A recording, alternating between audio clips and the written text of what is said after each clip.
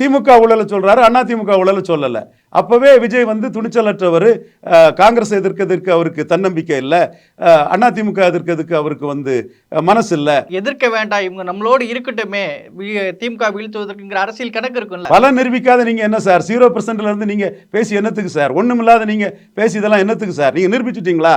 2024 நீங்க நிரூபிச்சுக்கிட்டு இதை பேசினீங்கன்னா அர்த்தம் இருக்குது.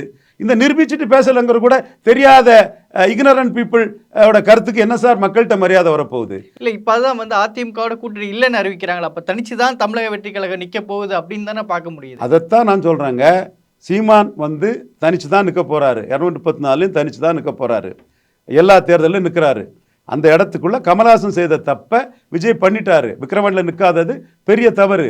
விக்கிரவாண்டில் எடப்பாடி நிற்கிறாததும் அவருக்கு பொது தேர்தலில் பாதிப்பை ஏற்படுத்தும்.